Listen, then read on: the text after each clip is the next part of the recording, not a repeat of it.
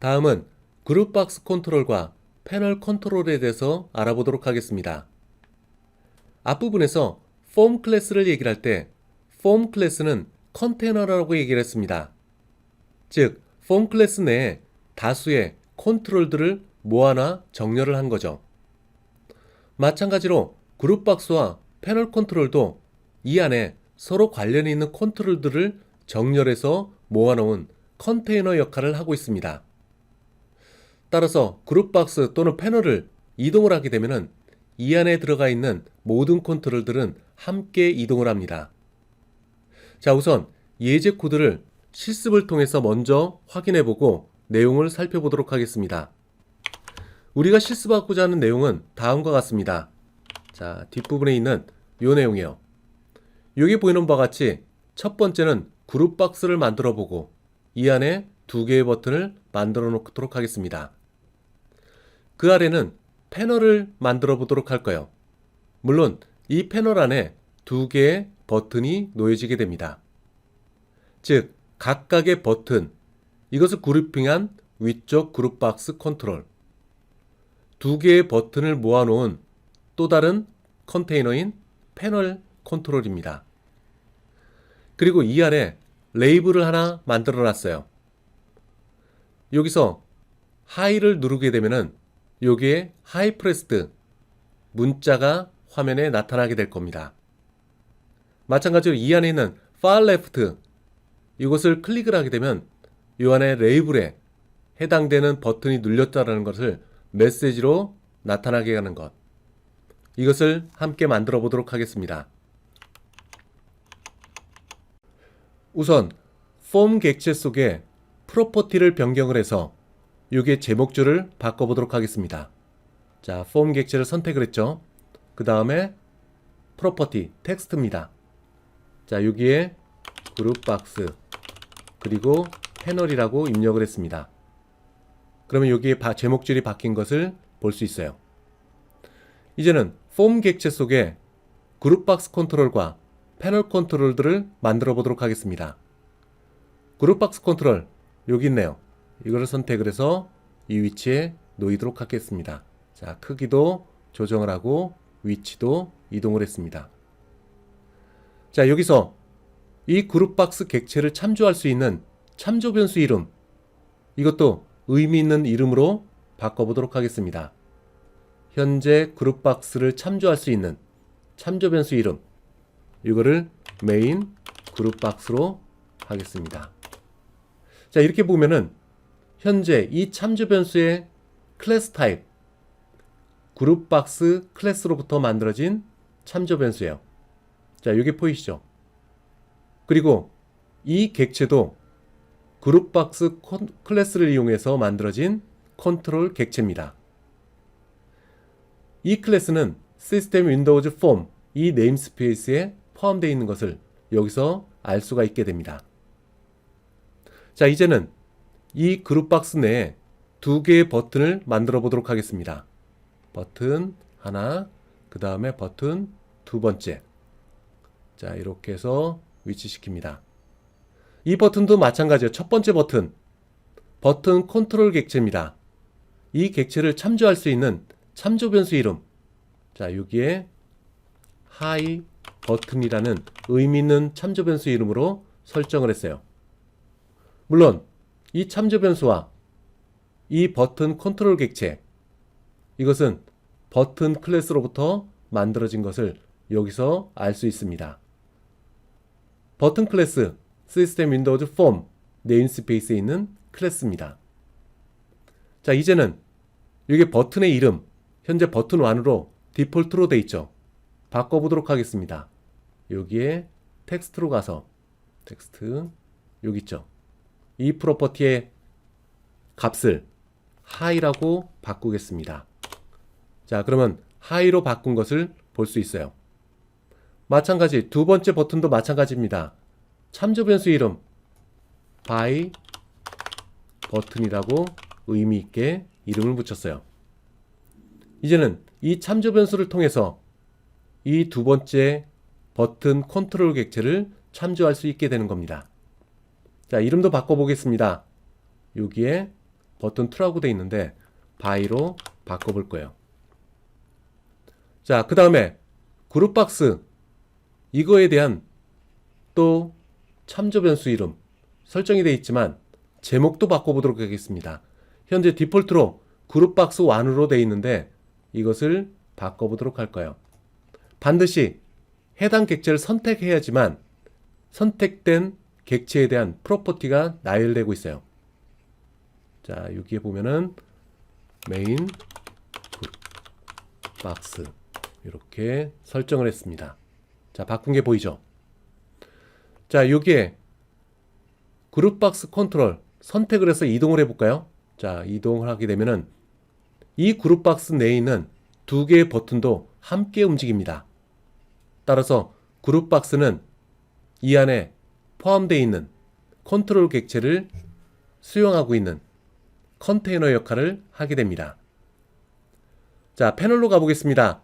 패널 컨트롤 이쪽으로 위치, 그리고 패널 컨트롤 객체를 참조할 수 있는 참조 변수 이름, 이거를 메인 패널이라고 이름을 붙였어요. 자, 마찬가지로 패널 클래스로부터 만들어진 참조 변수와 그리고 패널 객체가 보이고 있습니다. 이 패널 이거에 대한 옵션을 좀 더 바꿔보도록 하겠습니다. 자, 여기에 패널 공간에 범위를 벗어나는 컨트롤 객체가 놓였을 경우 자동으로 스크롤 바가 생성되게끔 하는 프로퍼티. 자, 가보도록 하겠습니다. 여기에 오토 스크롤이 있어요. 이거를 true로 합니다. 그러면 이 패널 컨테이너 안에 객체들이 놓여졌을 때 이 경계 범위를 벗어난 경우에는 자동으로 스크롤 바가 생성이 되게 될 거예요. 그 다음에 보더 스타일, 경계, 현재 보게 되면 점선으로 되어 있습니다. 그런데 이거를 바꿔보도록 할 거예요. 바꾸는 방법, 보더 스타일. 현재 넌으로 되어 있죠. 그러면 넌으로 되어 있기 때문에 이 경계가 안 보이게 될 겁니다. 자, 보이게끔 하는 것, 첫 번째, fixed single. 이걸 하면은 테두리가 직선으로 표시가 돼요.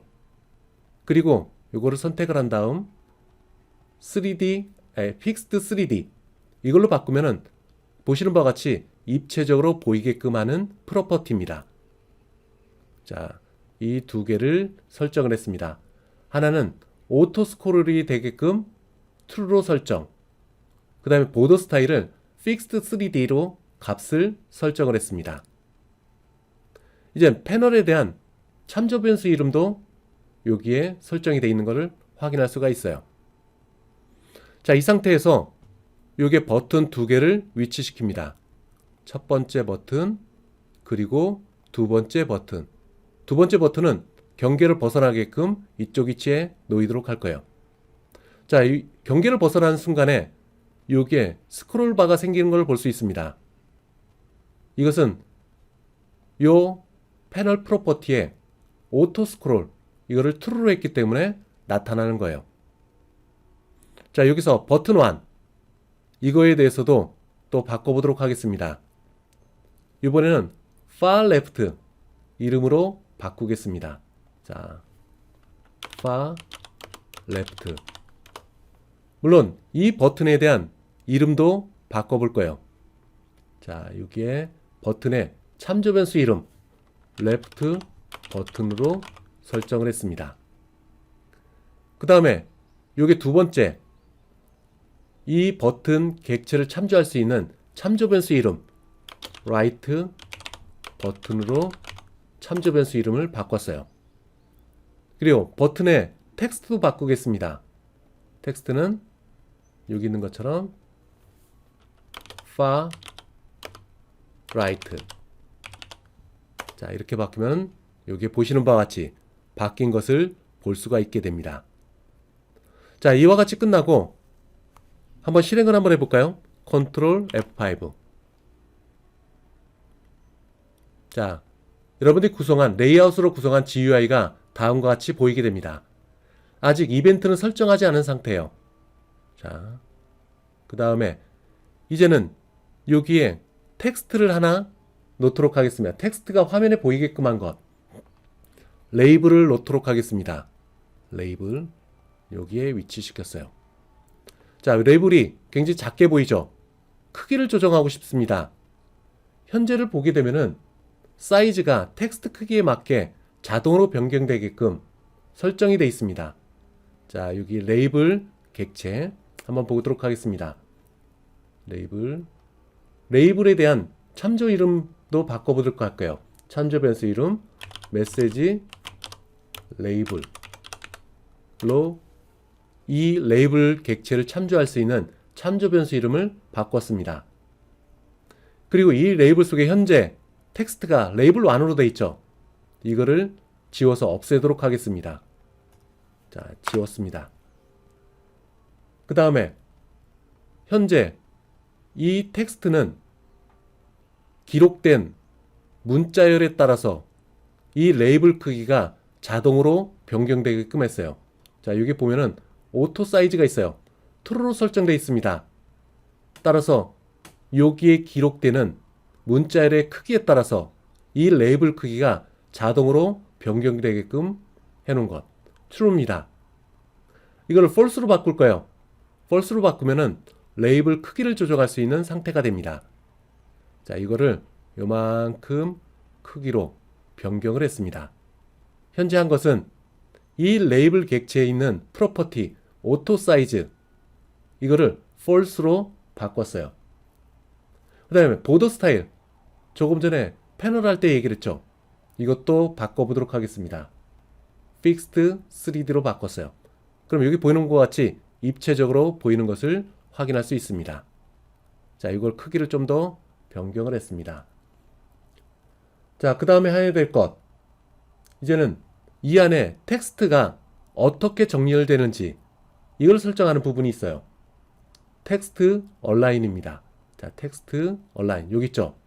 탑 레프트 즉 왼쪽 정렬의 위쪽 즉 이쪽 모서리 부분에부터 여기 텍스트가 입력이 될 겁니다.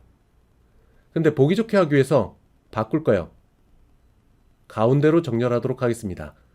왼쪽 정렬이지만 이 공간 속에서 중간 부분 미들 레프트로 했습니다. 그러면은 텍스트가 현재 이 크기에서 가운데 그리고 왼쪽 정렬돼서 텍스트가 나타나게 될 거예요. 자, 이 상태에서 이제는 이벤트를 만들어 보도록 하겠습니다.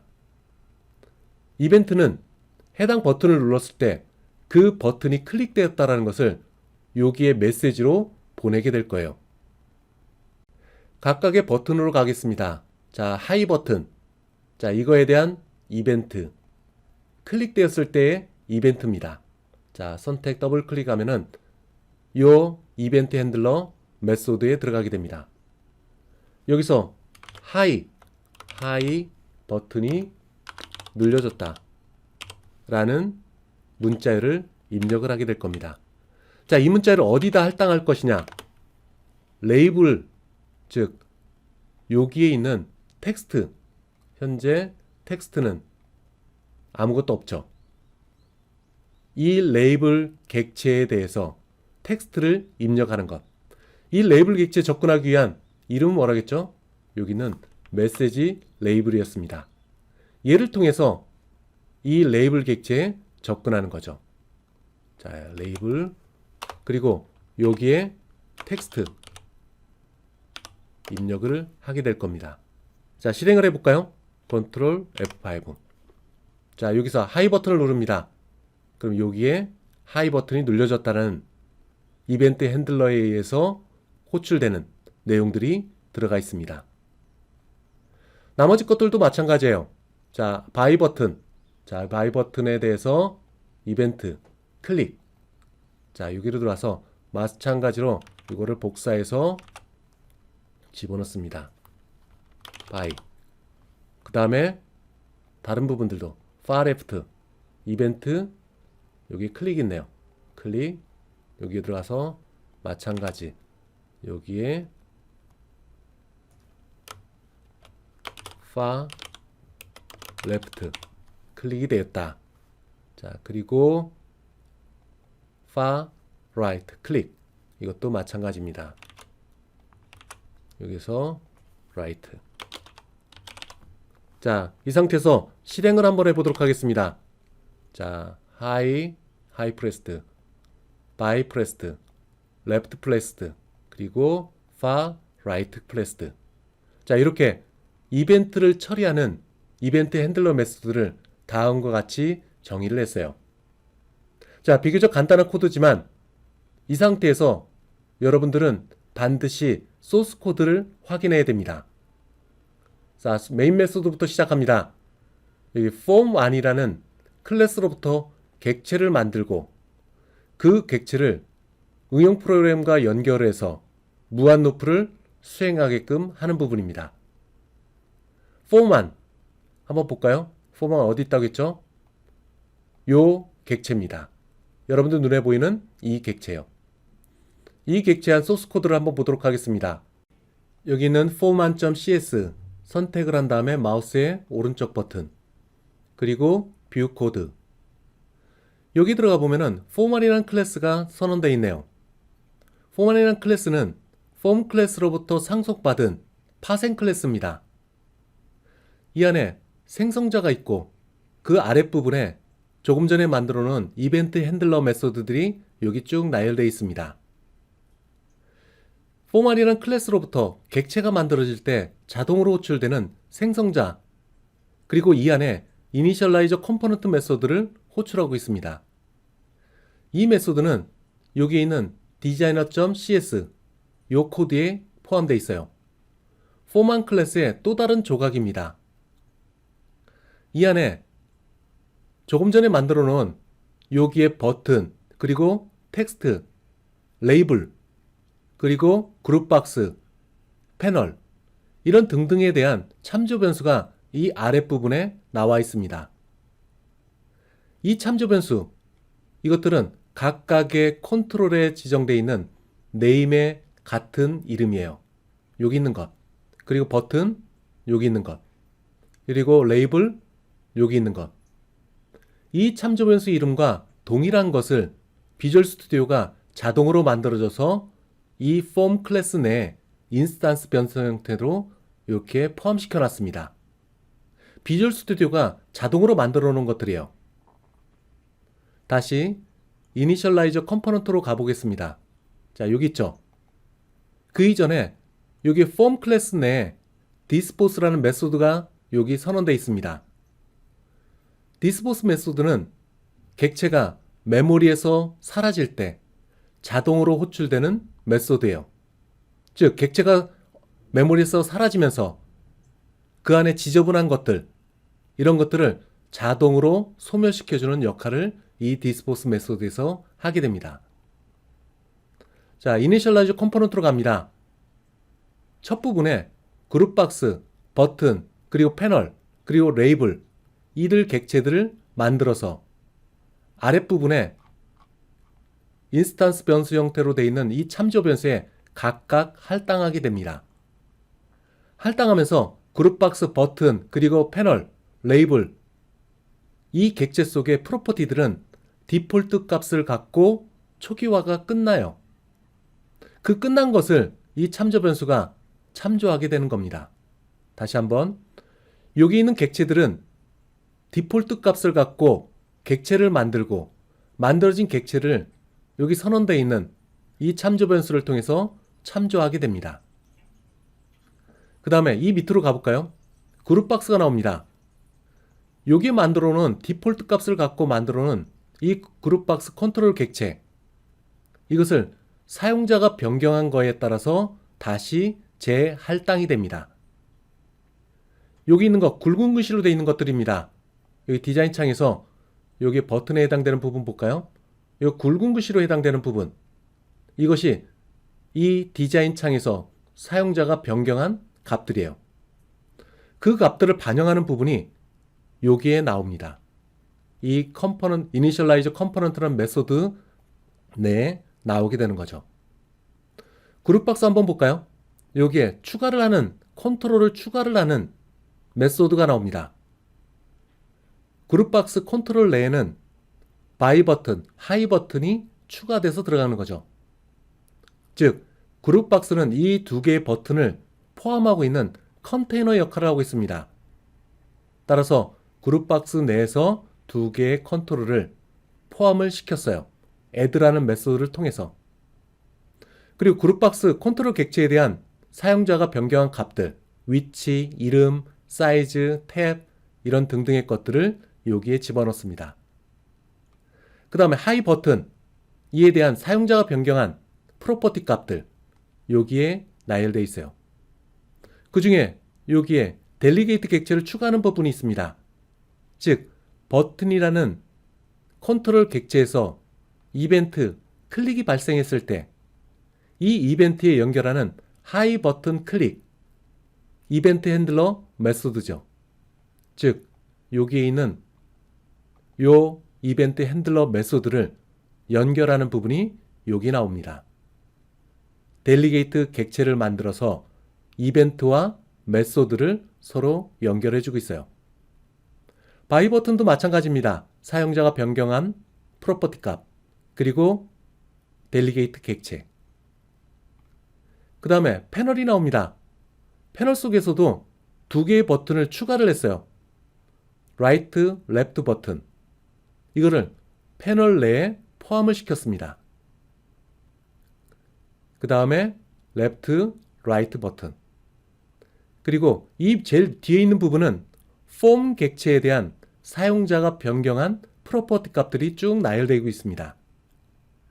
그 중에 add를 한번 볼까요? add. 세 개가 있습니다. 첫 번째는 레이블에 관계되는 것. 즉, 여기 있는 거죠. 여기 있는 것. 그리고 메인 패널. 그리고 그룹 박스. 이 세 개를 추가를 했습니다. 나머지 버튼은 어떻게 될까요? 하이 버튼과 바이 버튼은 여기에 그룹 박스에 이미 포함되어 있고, 그리고 far left, far right 두 개의 버튼은 여기 패널 속에 이미 들어가 있습니다. 그 들어간 것을 폼 객체 속에 현재와 같이 집어넣게 되는 거죠. 자, 이와 같은 코드를 여러분들이 직접 읽을 수 있어야 합니다. 자, 한 가지만 더 얘기를 해보도록 하겠습니다. 이제는 앞에서 배운 앵커링과 도킹에 대해서도 적용해 보도록 하겠습니다. 자, 그룹박스 선택. 그 다음에 앵커링을 한번 보겠습니다. 앵커링. 여기 있죠? 앵커, 프로퍼티입니다. 현재는 위쪽과 아래쪽에, 위쪽과 왼쪽에 고정을 시켜놨어요. 즉, 위에 있는 이만큼 거리, 그리고 왼편에 이만큼 거리는 고정돼서 이 화면이 키워져도 항상 일정한 거리를 유지하게 됩니다. 한번 볼까요? 컨트롤 F5. 자, 화면의 크기를 늘려도 항상 위쪽과 그리고 왼쪽 이 거리가 고정되어 있는 것을 볼 수 있습니다. 자, 이것을 바꿔보도록 하겠습니다. 자, 여기 보이는 것처럼 아래쪽과 오른쪽 거리를 고정시켜 놓도록 하겠습니다. 자, 이 상태에서 컨트롤 F5. 화면을 늘립니다. 이렇게 될 경우에 그룹박스가 따라오는 것처럼 보이죠? 즉, 오른쪽에 경계선과 고정된 거리, 아래쪽 경계선과 고정된 거리, 이렇게 항상 유지시켜주는 것. 이게 앵커링입니다. 이 안에 있는 버튼 두 개도 그룹박스에 소속되어 있기 때문에 함께 움직이게 됩니다. 이제 도킹을 한번 알아보도록 하겠습니다. 도킹, 요겁니다. 이 패널에 대해서 도킹을 해보도록 할게요. 도킹. 자, 도킹, 여기 있죠. 도크라는 프로퍼티가 있습니다. 현재는 도크는 none으로 설정되어 있어요. 이것을 왼편에 고정시키겠습니다. 왼편. 그럼 이렇게 왼편, 즉 왼쪽에 있는 경계선에 붙어있는 이런 형태가 만들어질 거예요. 자, 실행을 한번 해보겠습니다. 컨트롤 F5. 자, 왼편에 이렇게 고정되어 있는 것을 볼 수 있습니다. 이걸 응용하게 되면 여기에 버튼들을 계층 구조로 나열할 수 있는 방법들이 생각이 들게 되겠죠. 이제는 강의 노트로 돌아가도록 하겠습니다. 자, 조금 전에 얘기했던 바와 같이 그룹박스 패널 컨트롤 객체는 서로 관련이 있는 컨트롤들을 모아서 정렬할 수 있는 컨테이너 역할을 하고 있습니다. 그러면 그룹박스와 패널의 차이점은 뭘까요? 그룹박스에는 스크롤바를 여러분들이 만들 수가 없습니다. 그룹박스에는 제목만 표시가 될 수 있어요. 패널은 제목이 없습니다. 그리고 스크롤바만 표시될 수 있어요. 자, 볼까요? 자, 여기 보이는 바와 같이 그룹박스는 제목이 있습니다. 그러나 패널 컨트롤은 제목이 없어요. 그리고 그룹박스에는 스크롤바를 만들 수가 없습니다. 그 대신에 패널은 스크롤바를 만들 수 있어요. 자, 그 내용들이 여기 포함되어 있습니다. 그룹박스 프로퍼티는 다음과 같은 두 종류가 있습니다. 그런데 나머지 것들은 어디가 있을까요? 이렇게 그룹박스를 보게 되면 이렇게 많은 프로퍼티들이 있는데 이런 것들은 어디서 나온 것들일까요? 그룹박스의 아버지 클래스는 컨트롤 클래스입니다. 그리고 그룹박스의 할아버지 클래스는 컴포넌트 클래스예요. 컴포넌트 클래스와 컨트롤 클래스에 있는 프로퍼티, 이것들을 그룹박스가 상속을 받았기 때문에 함께 사용할 수 있게 되는 거죠. 그래서 여기 있는 것 가운데 대부분은 컨트롤 클래스 그리고 컴포넌트 클래스에 있는 프로퍼티들입니다. 그리고 그룹박스에 독특하게 설정되어 있는 프로퍼티는 다음과 같은 두 종류만 있어요. 그 다음은 패널 프로퍼티입니다. 마찬가지로 패널도 컨트롤 클래스 그리고 컴포넌트 클래스로부터 상속받은 파생 클래스입니다. 그래서 컨트롤과 컴포넌트에 있던 클래스의 멤버들은 모두 패널이 함께 사용할 수 있게 되는 거죠. 그룹박스 패널, 이것들은 복잡하게 이루어진 버튼이나 기타 여러가지 컨트롤들을 그룹핑할 때 사용할 수 있습니다. 이런 것들은 내부의 앵커링과 도킹을 통해서 GUI를 여러분들이 구성할 수 있어요. 조금 전에 제가 예제를 통해서 설명한 것처럼 그룹박스 또는 패널을 앵커링 또는 도킹할 경우에는 그룹박스에 있는 또는 패널 속에 있는 모든 컨트롤 객체들이 함께 적용이 됩니다. 이렇게 하게 되면 해당 컨트롤, 이런 것들을 기능별로 그룹핑해서 이들 그룹박스와 패널 속으로 정렬할 수 있게 되는 거죠. 여기 있는 내용은 실습을 통해서 여러분들이 확인했던 내용들입니다. 우선 그룹박스 패널, 왼쪽에 있는 툴박스에서 드래그 앤 드롭 해갖고 폼 객체 속으로 이동을 하게 되면 해당 위치에 이들 두 개의 컨트롤 객체가 생성이 됩니다.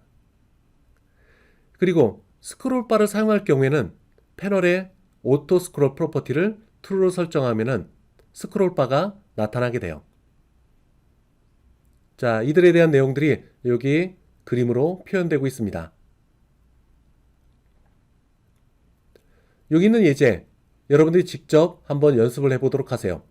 제가 실습을 통해서 설명한 내용들이 여기 다 반영되어 있습니다. 다음은 체크박스, 라디오 버튼에 대한 내용을 살펴보도록 하겠습니다. 체크박스 컨트롤은 화면에 다음과 같이 작은 사각형이 나타나고 마우스로 클릭을 하게 되면 체크 표시가 됩니다. 한 번 더 마우스 클릭을 하게 되면 이 체크 표시가 사라지게 되는 거죠. 이에 대한 예제를 먼저 살펴보도록 하겠습니다. 보시는 바와 같이 레이블 속에 텍스트가 있습니다. 여기에 볼드 체크 하게 되면 텍스트가 굵은 글씨로 되고 이탈릭을 선택을 하게 되면 흘림체가 될 겁니다. 그리고 볼드를 한 번 더 선택을 하게 되면 굵은 글씨는 사라지고 이탈릭체만 남아있게 되는 거죠. 이에 대한 예제를 살펴보도록 하겠습니다. 초기 화면에서 레이블 객체를 하나 만들어 봅니다. 레이블, 이 객체에 대한 참조 변수 이름 메시지로 바꾸겠습니다.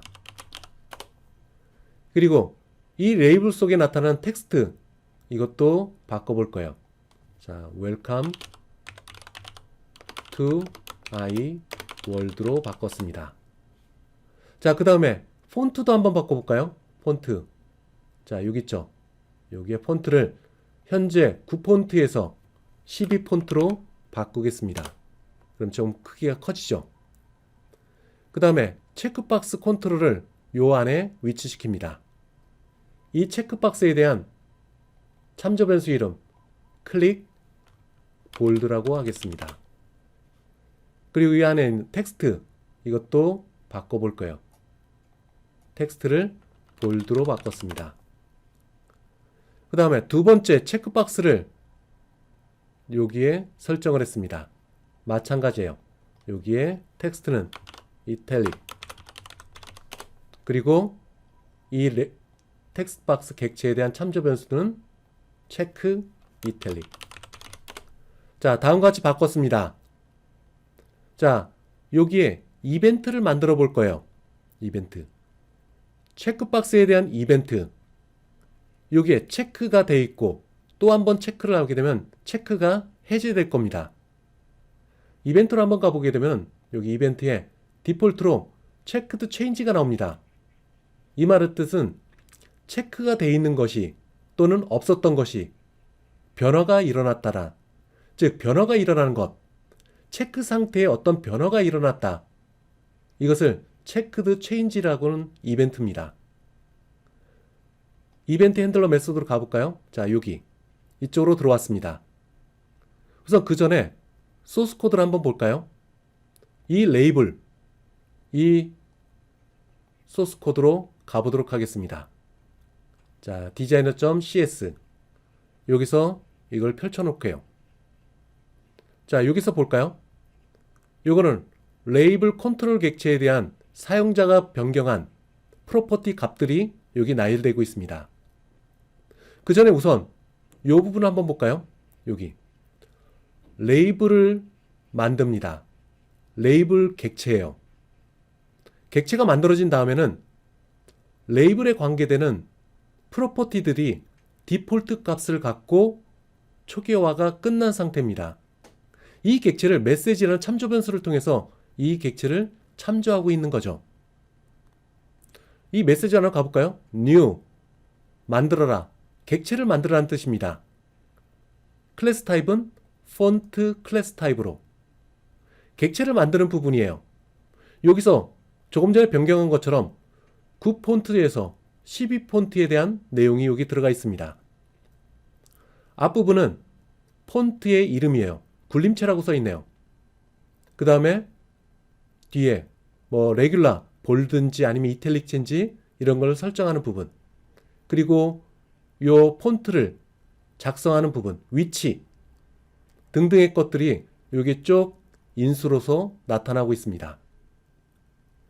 여기서 레이블이 만들어지게 되면은 레이블 객체가 만들어지면 디폴트 폰트 값을 갖고 객체가 만들어집니다. 즉 여기서 레이블이라는 객체가 만들어질 때 이 안에 있는 폰트는 디폴트 값을 갖고 객체가 만들어져서 그 객체를 폰트라는 프로퍼티를 통해서 참조하고 있는 상태예요. 그 상태에서 여기서 새롭게 폰트 클래스로부터 객체를 만듭니다. 그 폰트 객체는 12폰트의 굴림체를 갖고 있는 거죠. 그리고 나서 레이블이 갖고 있는 폰트, 기존에 있는 폰트, 그것을 참조하는 것이 아니라 지금 만들고 있는 이 폰트 객체를 참조하게 되는 겁니다. 즉, 이 폰트라는 프로퍼티는 폰트 객체를 참조하는 참조 변수예요. 그러면 디폴트로 만들어 놓은 폰트 객체, 그럼 어떻게 될까요? 더 이상 참조하지 않기 때문에 사라지고 39번째 줄에서 만든 폰트가 이 폰트라는 프로퍼티에 할당되게 되는 겁니다. 참조하게 되는 거죠. 그러면은 이제는 레이블이 갖고 있는 이 객체의 폰트는 여기 있는 폰트 객체에 선정된 굴림 12폰트로 설정되게 되는 겁니다. 다시 한번 정리해보면은 레이블 객체가 만들어질 때 폰트 객체도 만들어진다. 그 폰트 객체는 레이블 클래스에 있는 폰트 프로퍼티에 의해서 참조되고 있습니다. 근데 여기서 사용자가 폰트 스타일을 바꿨어요. 바꾸면은 그 바꾼 거에 대한 폰트 객체를 만들게 돼요. 그리고 폰트 객체는 폰트 프로퍼티에서 참조되게 됩니다. 그럼 이전에 만들었던 폰트 객체는 사라지게 되는 거죠. 자, 이 개념을 잘 이해하시기 바랍니다. 다시 이벤트로 갑니다. 여기서 폰트를 다시 만들어요. 폰트를 다시 new 그리고 폰트 클래스로부터 만들어집니다. 폰트.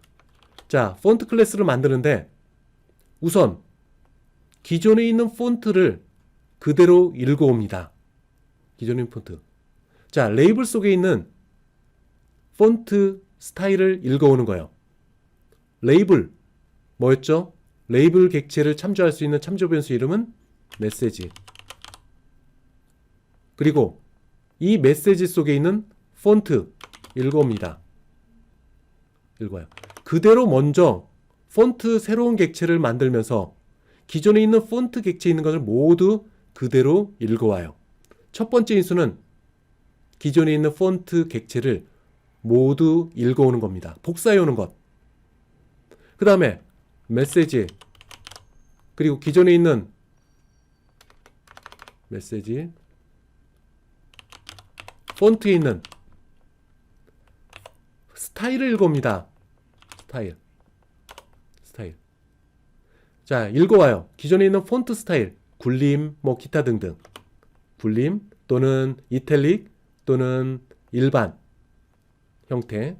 그 다음에 여기에 엑소와 연산자를 붙입니다. 이건 잠시 뒤에 강의 노트에서 설명할 거예요. 그 다음에 폰트 스타일. 뭘로 바꾸느냐? 볼드로 바꿉니다. 볼드. 자, 이렇게 새롭게 폰트 객체를 만들게 돼요. 폰트 객체. 자, 이것을 만들어 놓은 폰트 객체, 이거를 어디에 할당하느냐? 기존에 있는 메시지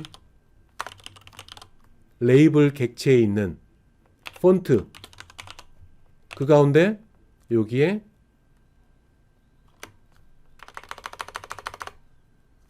폰트 객체로 붙이게 돼요. 정리를 해볼까요? 기존 레이블에 있었던, 즉 여기에 있었던, 자, 여기에 있었던 폰트 그대로 복사해 옵니다. 새롭게 폰트 객체를 만들면서 기존에 있던 폰트 객체의 프로퍼티들을 모두 복사해 와요. 그 다음에 폰트의 스타일, 이 가운데 폰트의 스타일을 볼드체로 바꿔주게 됩니다.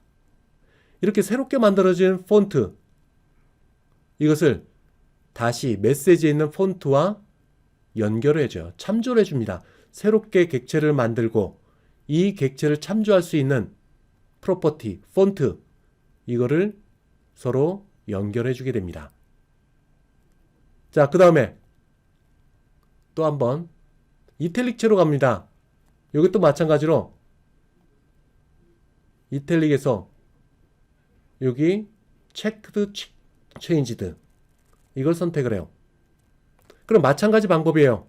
앞에서 있던 것처럼 여기에서 끝에 이탈릭으로 바꿉니다. 점 이탈릭. 자, 그러면 또다시 새롭게 폰트 객체를 만들어서 이 객체를 현재 레이블 객체에 있는 폰트 프로퍼티와 서로 연결을 해줍니다. 그럼 기존에 있던 폰트 객체 소멸되는 거죠. 자, 이걸 한번 실행을 해보겠습니다. 컨트롤 F5. 자, 선택 볼드 체제죠. 이탈릭 책, 이탈릭 체제죠. 여기에 다시 볼드를 선택을 합니다. 체크드 체인지 이벤트가 발생되는 거죠. 자, 그러면 볼드가 해제된 걸 볼 수 있어요. 이탈릭 다시 한번 체크하면은 체크드 체인지라는 이벤트가 발생돼서 요 메소드가 호출될 거예요. 자, 그러면 원래 상태로 되돌아간 것을 볼 수 있습니다. 자, 다시 한번 정리를 해보겠습니다. 여기에 레이블 객체가 만들어져요. 이 레이블 객체 속에 폰트라는 프로퍼티를 갖고 있습니다. 이 프로퍼티는 폰트 객체에 참조하는 프로퍼티예요. 폰트 객체를 참조하는 프로퍼티입니다. 근데 레이블 객체가 만들어질 때는 이 폰트 프로퍼티는 디폴트로 생성된 폰트 객체를 참조하고 있습니다. 이 안에 와서 새로운 폰트를 만듭니다. 폰트 객체를 만들어요. 다음과 같은 내용을 갖고 있는 폰트 객체를 만들게 됩니다. 그리고 이 객체를 폰트가 참조하고 있는 거죠. 그럼 변경된 상황이 화면에 보이게 될 겁니다. 12폰트가 되는 거죠. 그렇다가 체크박스에서 체크가 이루어지게 되면 이때 또다시 폰트 객체를 만듭니다. 우선 이 안에 있는 기존에 있는 폰트를 가져와서 그대로 새롭게 만드는 폰트 객체에 복사해 놓습니다. 그러고 난 다음에 메시지 폰트 스타일, 기존에 있던 폰트 스타일을 읽어와요. 그거를 볼드와 엑소와 연산을 수행하게 됩니다. 그럼 바뀌게 됩니다. 스타일이 바뀌게 돼요. 요거는 기존에 있는 폰트 객체를 복사해 오는 거고, 이거는 그 가운데 스타일을 바꾸는 겁니다. 이렇게 만들어진 폰트 객체를 메시지 폰트, 즉 여기 있는 것처럼 메시지 폰트, 이와 같이 참조하고 있는 객체를 바꾸게 되는 거예요. 자, 이 내용들은 여러분들이 꼭 확인해 주시기 바랍니다. 우선 체크박스가 선택되고 또 한 번 선택했을 때 해제되는 것, 체크 상황이 변경되는 것, 이에 대한 이벤트는 체크드 체인지라는 이벤트입니다. 이 안에서는 폰트 객체를 새롭게 만들어서 레이블에 있는 폰트 프로퍼티를 참조하게 되는 거죠. 그럼 기존에 있는 폰트는 소멸되게 되는 겁니다. 폰트에 대한 온라인 메뉴를 한번 볼까요? 자, 폰트를 선택을 한 다음에 F1. 자, 그러면 여기 폰트에 대한 내용들이 쭉 나오고 있습니다. 생성자에 관계되는 게 나오고 있죠. 생성자. 우선 첫 번째, 폰트의 생성자. 폰트, 여기 있는 것은 기존 폰트를 의미합니다. 자, 이거 다시 볼까요? 기존에 있는 폰트. 자, 조금 전에 얘기했던 요겁니다. 기존에 있는 폰트를 그대로 가져오는 것. 그 다음에 폰트 스타일. 스타일을 바꾸는 겁니다. 볼드, 그리고 스탠다드, 그리고 이탈릭. 그 바꾸는 부분이 요 뒷부분에 나와 있어요. 그 다음에 여기에 문자열, 폰트 스타일, 그래픽 유닛, 바이트, 불 타입. 요 생성자. 이것은 여기에 있는 생성자에 해당돼요. 여기에 폰트 이름, 그리고 크기, 그리고 어떤 스타일, 이런 것들을 정의한 부분, 그 부분이 여기에 나오고 있습니다.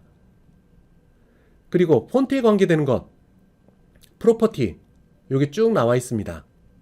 쭉 나와 있죠. 프로퍼티, 그 다음에 메소드 쭉 나와 있어요. 이 내용들을 여러분들이 꼼꼼하게 확인해 주시기 바랍니다. 이게 폰트의 생성자 첫 번째 것은 조금 전에 만들어 놓은 여기에 요 부분에 해당되고, 두 번째 요거에 해당되는 것, 이것은 디자이너 쪽에 여기에 해당되는 내용들입니다. 자, 소스 코드와 함께 여러분들이 철저하게 분석이 있어야 합니다. 자, 강의 노트로 돌아가겠습니다. 자, 여기 와서 다시 원래의 페이지. 자, 여기에 3스테이트, 이것도 한번 볼까요? 여기에 체크박스 컨트롤 객체를 하나 위치시킬 거예요.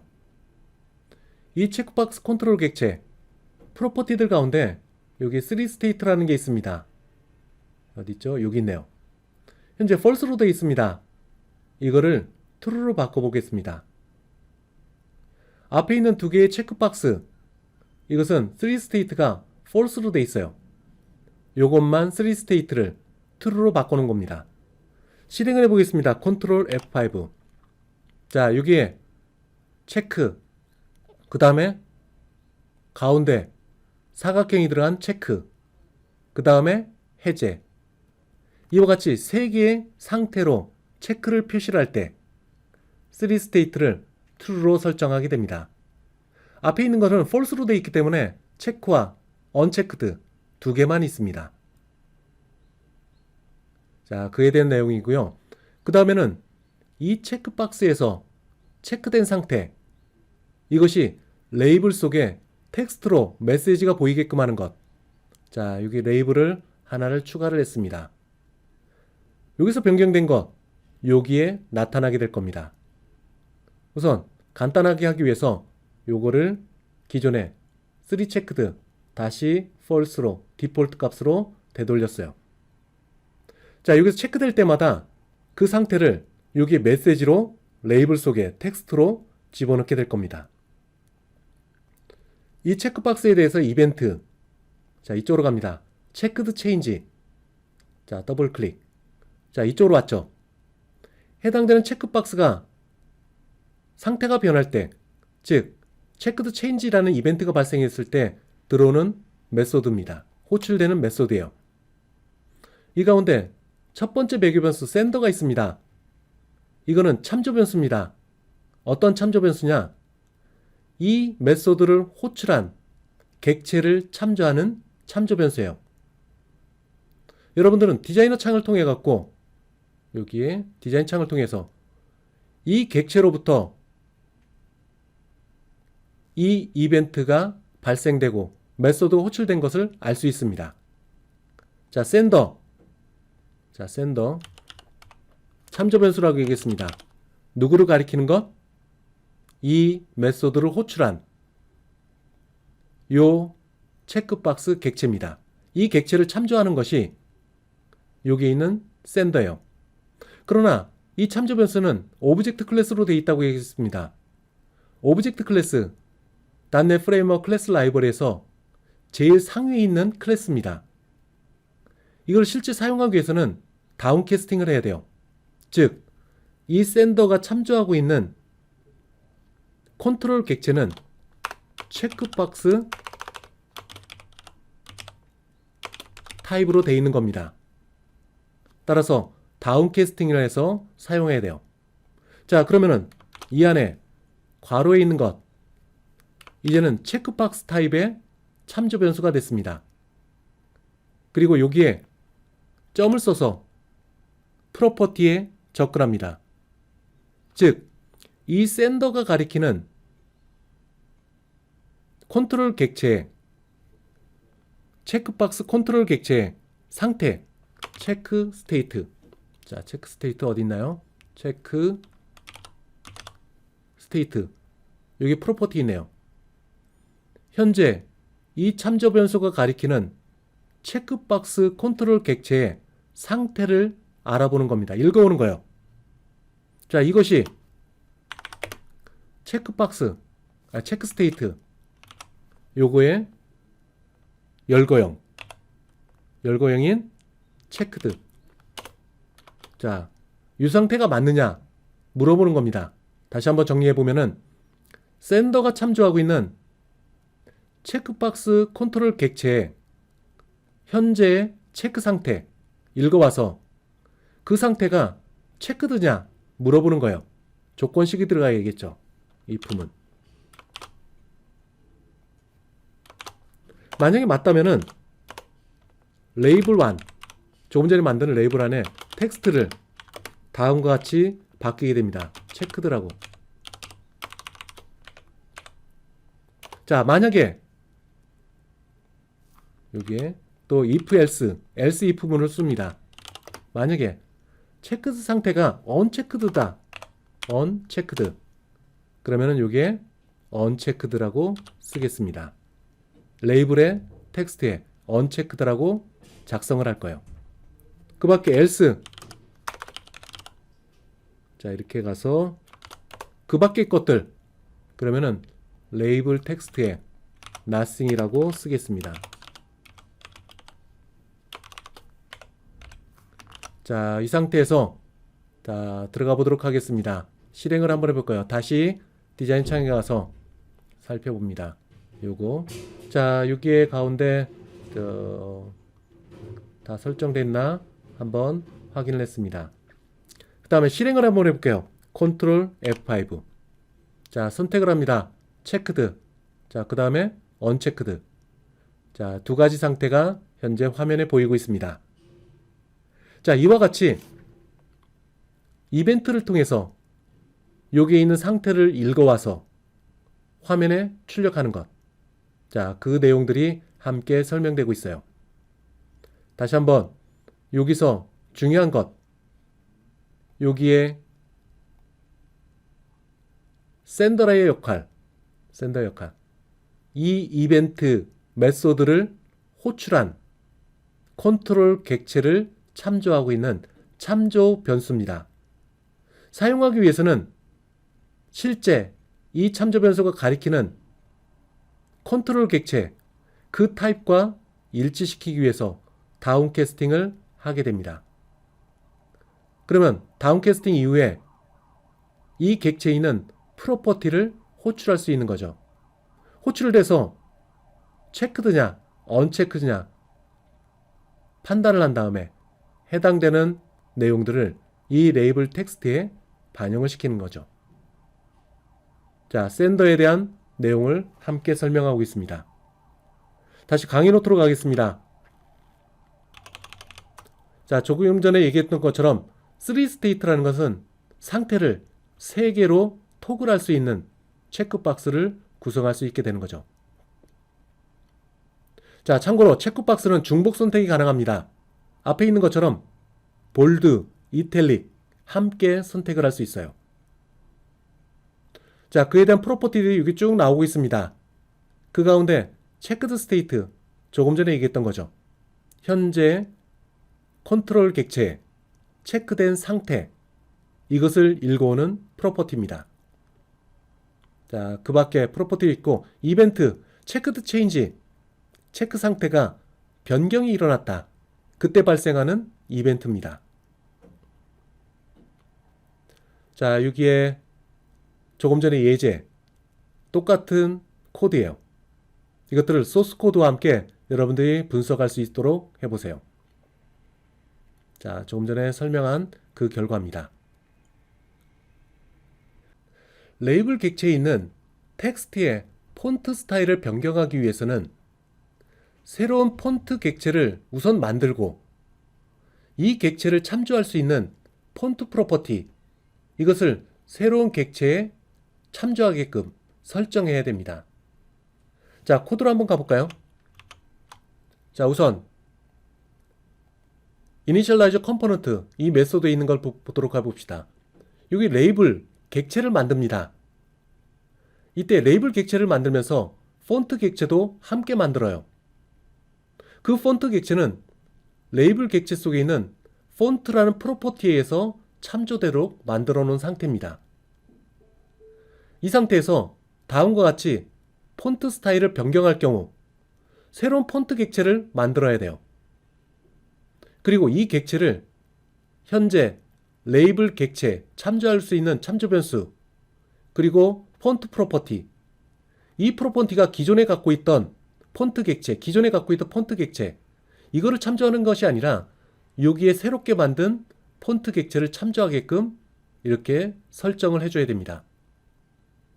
마찬가지로 여기에 볼드체와 이탈릭체, 이 부분에서도 마찬가지예요. 새로운 폰트 객체를 만들고 그 폰트 객체를 레이블 객체가 참조하고 있는 폰트 프로퍼티에서 다시 참조되게끔 만들어줘야 됩니다. 자, 이 내용들은 매우 중요하기 때문에 여러분들이 꼭 내용을 이해해 주시기 바랍니다. 자, 여기에 사용된 생성자, 볼드체, 이탈릭체 만들면서 사용한 것, 현재의 폰트와 새로운 스타일, 이것을 인수로 설정을 합니다. 즉, 여기 있는 것처럼 기존의 레이블 속에 있었던 폰트 객체, 그와 똑같은 객체를 여기서 만들어요. 그런 다음에 스타일을 변경시킵니다. 기존에 갖고 있는 스타일, 그리고 새롭게 만든 볼드, 굵은 체, 이거를 XO와 연산자로 묶어서 새로운 폰트 스타일로 바꿔주게 되는 거죠. 기존에 있는 폰트 객체 그대로 복사해오고 그리고 폰트 스타일을 다음과 같이 바꿔주게 됩니다. 다음은 폰트 스타일을 변경할 때 사용하는 비트 연산자에 대한 소개입니다. 코드로 한번 가볼까요? 자, 여기 있는 것. 기존에 있는 폰트 스타일에 새롭게 정의한 폰트 스타일. 이 둘 사이를 XO와 비트 연산자로 적용하고 있어요. 이 결과가 어떻게 바뀌는지 한번 살펴보도록 하겠습니다. 우선 논리적 XO와 연산자에 대해서 알아봅시다. 논리적, 베타적 논리 XO와 연산자. 이것은 false와 false인 경우 false가 됩니다. true와 false인 경우에는 true가 돼요. false와 true인 경우에는 true가 돼요. true와 true인 경우에는 false가 됩니다. 그래서 false라는 것은 비트로 0을 의미하고 그리고 true는 비트로 1이 됩니다. .NET 프레임워크 클래스 라이브러리 보게 되면은 일반체 이것은 0으로 정의되어 있어요. 그 다음 볼드체 이거는 1로 되어 있습니다. 이탈릭체 2로 되어 있어요. 그럼 볼드와 이탈릭체 한꺼번에 갖고 있는 것 3으로 정의되어 있습니다. 여기 있는 건 10진수예요. 이걸 비트인 2진수로 바꿔보면 다음과 같습니다. 자, 기존에 있는 폰트가 레귤러 폰트로 되어 있다. 즉 10진수로 영역이 되어 있다. 그럼 비트 단위로 보게 되면 다음과 같이 나올 겁니다. 만약에 볼드체다 1 이걸 비트 단위로 보게 되면 다음과 같이 나오게 될 거예요. 자, 기존에 있는 폰트 스타일이 일반체입니다. 일반 텍스트 레귤러. 자, 여기에 베타적 논리 오화 연산자 이것이 적용됐을 경우 그리고 두 번째 볼드체 이거죠. 1 요게 됩니다. 따라서 기존에 있는 폰트가 레귤러일 경우 요거 그리고 바꾸고자 하는 것 볼드체 이것 코드로 가볼까요? 이 둘 사이를 레귤러이고 볼드체로 바꿀 때 베타적 XO와 논리 비트 연산자로 적용했습니다. 이 결과를 한번 볼까요? XO와 자, 두 개를 보겠습니다. 여기 끝에 있는 부분 false와 false false와 false 결과는 false가 되겠죠. false는 0을 의미합니다. 그 다음에 false와 true false와 true true가 됩니다. 그러면 1이 되는 거죠. 그럼 이걸 10진수로 보게 되면 1이 됩니다. 즉 기존에 있는 폰트 스타일이 일반체 거기에 볼드 스타일로 바꾸겠다. 그 결과 어떻게 되나요? 1 즉 굵은 텍스트가 됩니다. 자, 코드로 가보겠습니다. 여기서 여기에 기존에 있는 폰트 스타일이 일반체입니다. 레귤러 그리고 여기에 볼드체로 바꿨어요. 이 둘 사이의 결과는 어떻게 될까요? 볼드체인 1이라는 값을 갖게 될 겁니다. 자, 한 가지 더 예제. 기존 폰트 볼드체입니다. 즉 여기 기존 폰트 만약에 볼드체라고 가정했을 경우 기존 폰트가 볼드체인 경우 스타일은 요 값을 갖고 있을 거예요. 거기에 볼드체를 한 번 더 적용합니다. 볼드체 뭐라고 했죠? 0, 1 값은 10진수는 1 요것과 요거를 베타적 논리 오화 연산자 즉 이걸로 적용해 볼까요? 결과를 한번 보겠습니다. 00은 false와 false 0 1과 1 true true false 0 그럼 어떻게 되나요? 값이 0이 되겠죠. 따라서 이 결과는 0 일반 텍스트가 됩니다. 자, 코드로 한번 보겠습니다. 자, 버튼을 한번 클릭을 했어요. 그럼 이 안에 들어가게 되겠죠. 스타일을 봅니다. 기존에 일반체로 되어 있습니다. 그리고 그 일반체에 볼드체로 베타적 즉 XO와 비트 연산자를 적용했어요. 그럼 결과는 어떻게 될까요? 볼드체가 됩니다. 여기서 기존체가 볼드체입니다. 00001. 거기에 볼드체를 한 번 더 적용했습니다. 어떻게 될까요? 일반체가 됩니다.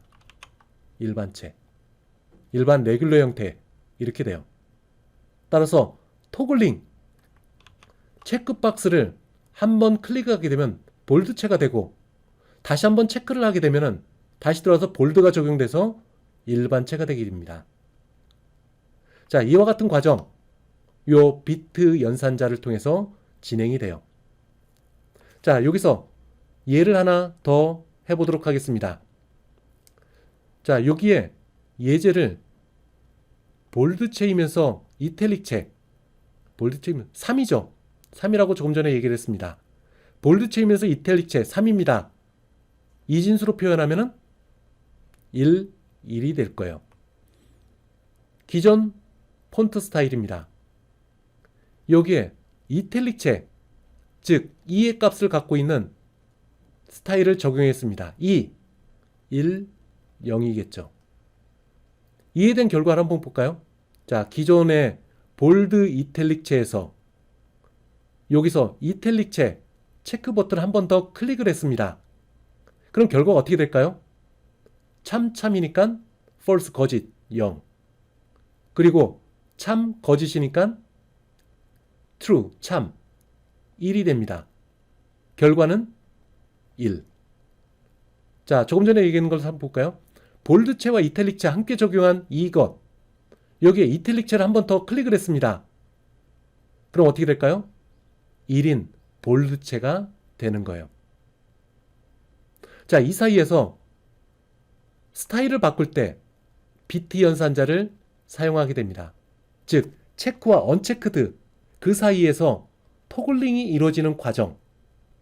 이런 베타적 논리 오화 연산자. 이것을 통해서 이루어지게 됩니다. 이것은 폰트 스타일뿐만 아니라 컬러를 필터링 할 때도 함께 사용돼요.